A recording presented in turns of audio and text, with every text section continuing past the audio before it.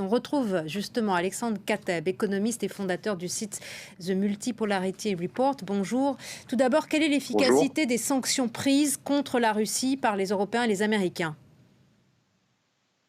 L'efficacité des sanctions, en fait, elle se mesure à plusieurs niveaux. C'est-à-dire que, certes, ces sanctions auront un impact sur les personnalités et sur les organisations qui sont concernées. Elles vont leur rendre la vie plus difficile, mais pour autant, elles ne constituent pas, je dirais, un vecteur suffisamment puissant pour couper l'herbe sous le pied, entre guillemets, à l'État russe, et notamment, j'en veux pour preuve que le secteur de l'énergie n'est pas vraiment sanctionné. Certes, le processus de certification de Nord Stream 2 a été suspendu, mais ce gazoduc n'a jamais été en opération, contrairement à Nord Stream 1, qui continue, lui, de fonctionner, et tous les approvisionnements de gaz à destination de l'Europe continuent de s'acheminer, et c'est la même chose pour les approvisionnements de pétrole. Donc, oui, en effet, les sanctions vont compliquer la vie pour l'économie russe, mais il faut se rappeler que les premières sanctions ont été imposées déjà en 2014. Hmm. Et donc, il y a une certaine résilience et une forme de cohabitation et on va dire, de transformation, d'adaptation de l'économie russe et du pouvoir russe à ces sanctions qui font que leur impact, en fait, leur efficacité diminue au fil du temps. Aujourd'hui, il existe des alternatives, La notamment la sanction, Chine, par ouais, exemple. la sanction suprême, c'est l'exclusion de la Russie du système SWIFT, le système de Oui. transactions financières. Pourquoi y a-t-il eu des réticences, je ne sais pas, où y a-t-il des réticences de l'Allemagne et y a-t-il eu des réticences de l'Italie? Je pense personnellement que la Russie ne sera jamais exclue du système SWIFT, sauf vraiment si la Poutine décidait d'attaquer les pays baltes ou quelque chose comme ça. Mais en réalité, à ce stade, il faut savoir que sanctionner la Russie, la priver de l'accès au système SWIFT, aurait des conséquences immédiates sur un certain nombre d'institutions financières occidentales, américaines et européennes notamment, et que les effets en cascade risqueraient de déstabiliser l'ensemble du système financier mondial. Et ça, c'est quelque chose qui a été dit par le président du comité de stabilité financière mondiale lui-même. Donc, on voit bien que, en fait, cette menace n'est pas vraiment prise au sérieux, y compris par les autorités russes elles-mêmes. Le président russe Vladimir Poutine, lui, il va riposter. Quelle peut être la riposte?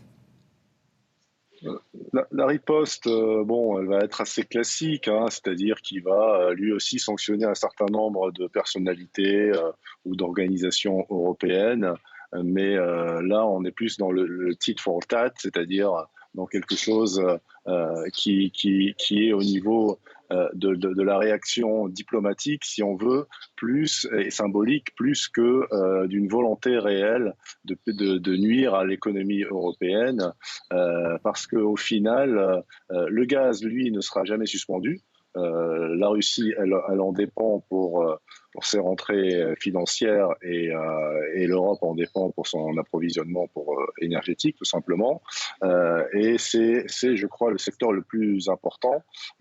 Tout le reste, finalement, et je ne dirais pas que c'est négligeable, mais c'est secondaire. Il y a des cyberattaques qui sont redoutées. Jusqu'où peut aller la Russie? Les cyberattaques, c'est une réalité dans le monde dans lequel on vit qui ne date pas d'aujourd'hui et qui en fait a été bien illustrée quand des hackers russes se sont attaqués à des processus électoraux, par exemple aux États-Unis ou ailleurs, ou à des organisations qui avaient des positions qu'ils estimaient anti-russes. Mais ça va continuer, ça va probablement s'intensifier dans les années à venir.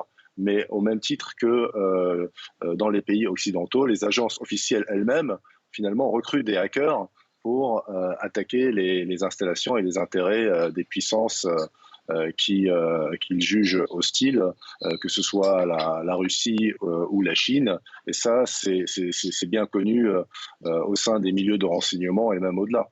Alors, vous nous le disiez, pour revenir sur l'énergie, c'est à double tranchant, il y a une interdépendance. Est-ce qu'il faut s'attendre concrètement en Europe à des pénuries en termes de gaz? Et puis, quelles peuvent être les conséquences sur les prix?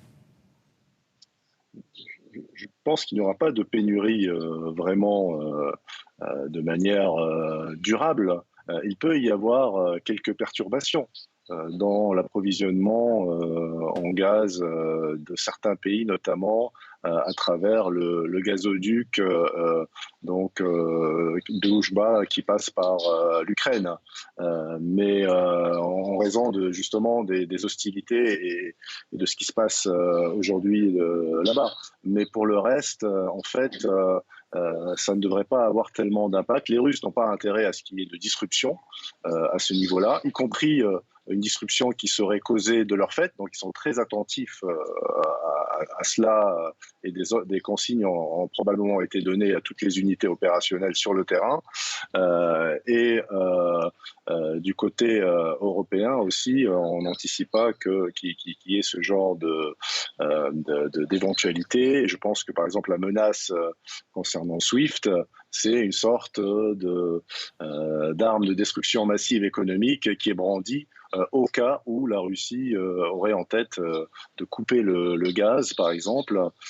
Mais aucune des deux parties n'y a finalement intérêt. Merci beaucoup Alexandre Kateb d'avoir été avec nous sur France 24. Merci à vous.